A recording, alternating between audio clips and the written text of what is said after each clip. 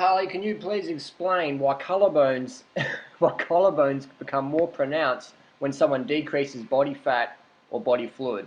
I'll tell you why. If we look at it on a physiological perspective, we look at bodybuilders. Bodybuilders have low body fat levels and they take diuretics before competitions to lower their body fluid levels to appear more lean, more cut. And a lot of bodybuilders take skin thinning agents so the skin's thinner, and that appears to be more vascular and more lean and it's good for the competition standards. Not good for your health, but we're not talking about that.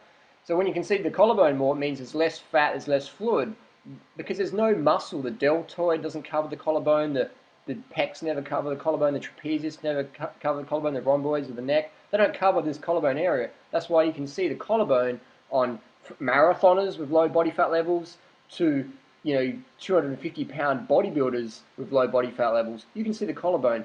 The people you can't see a collarbone on are people who have excess fat and or excess fluid. They're holding on to these things. So a lot of time when people drop fat or fluid, they're sincere but sincerely wrong. Grandparents or parents or friends or themselves might say, oh, I'm losing muscle. It's like, no, you're losing fat, you're losing fluid. And you might be shocked at how under-muscled you are, and that's driving your mindset there. Or your friends wouldn't have a clue about human physiology, so you're starting to listen to them. I'll tell you what, listen to your athletic friends who have an understanding of human physiology, and look at people in top athletic sports. That's how the human body's going to run if you do a lot of cardio or if you do a lot of weightlifting, things like that. You get bigger if you do weights. If you pick up heavy objects, the muscle gets bigger. If you do a lot of cardio, the body gets lighter, gets leaner, the bones get stronger, things like that. So again, take advice and people getting the results you desire. And recently a friend said, I've got a friend who started eating some fish and they started packing on the muscle. And I said, oh, tell me more. And they're like, they started adding 1 ounce of fish a few times a week and they just started putting on lots of weight. And I'm like, well, they're obviously eating more than 1 ounce of fish per week because 1 ounce of fish is roughly 30 calories. So for someone to put on noticeable size, they're even adding a lot of salt to their diet, that's giving water retention, or they're taking creatine, which gives water retention, or they're eating a lot of calories from foods that they're not really proud about. And that's sort of fine. Well, it's actually not really fine because it's going to fuck up your health. But in the long term, we're looking at increasing muscle mass, decreasing body fat and fluid levels, and understanding human physiology, if that's your goal. That's my goal. My goal is health and fitness. So I'll do what it takes to be a better cyclist, a better runner. I don't spend time in the gym because putting on more muscle as a cyclist or a runner defeats the purpose. You're carrying around more muscle, it's going to drop your power to weight ratio.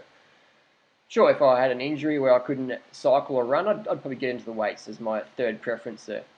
So you got to train specifically. And the whole notion that you got to eat meat to get muscle, it's a laugh because I go training and I'm kicking people's ass on the bike, out running. Even if I go to a party and people challenge me to a bench press competition, I was like, yeah, I'll step up and kick your asses. It's incredible because you'd think that all the animals that get consumed in society, that I'd be walking along the sidewalk and just be bumping shoulders with like bodybuilders, like grandma bodybuilders and grandpa bodybuilders who've been eating animal products every meal, every day, literally, of their life. You'd think they'd be like walking hulks down the street, that people in bodybuilding scenes who are eating 10 steaks a day wouldn't need to take a protein powder on top of that, or B12 supplements on top of that, or testosterone on top of that, or steroids on top of that, or creatine on top of that, or carnitine on top of that, or these primal blueprint paleo solution, whatever, fad diet, protein powder supplements on top of their animal-based diet. You wouldn't think they'd have to do that if eating meat was meant to give us so much muscle, which it doesn't. Food doesn't give you muscle, training gives you muscle. Carbohydrate calories provide the red blood cells, the mitochondria, basic human physiology. Basically, end of the day, you want to eat enough carbohydrate calories so you can train in your preferred sport, in your preferred activity, to build the physique that you enjoy having. And I like smashing the bike and running fast. That feels good for me, so I train specifically for that. I eat enough calories so I can keep doing the training and keep recovering, so all is sweet. So hopefully that makes sense. Eat right, train smarter versus harder, and don't take advice from grandma who's sincere but sincerely wrong. Thanks for watching. 6, 5, 4, 3, 2, 1. Here we go, the start of the 2011 Kona Dirty Weekend. And the 250 riders taking on the course for the night lunch 24-hour. So Robert Cheek's book is a great book for people who don't want to focus on cardio, they want to focus on muscle and strength gains. Check out Robert's book at veganbodybuilding.com.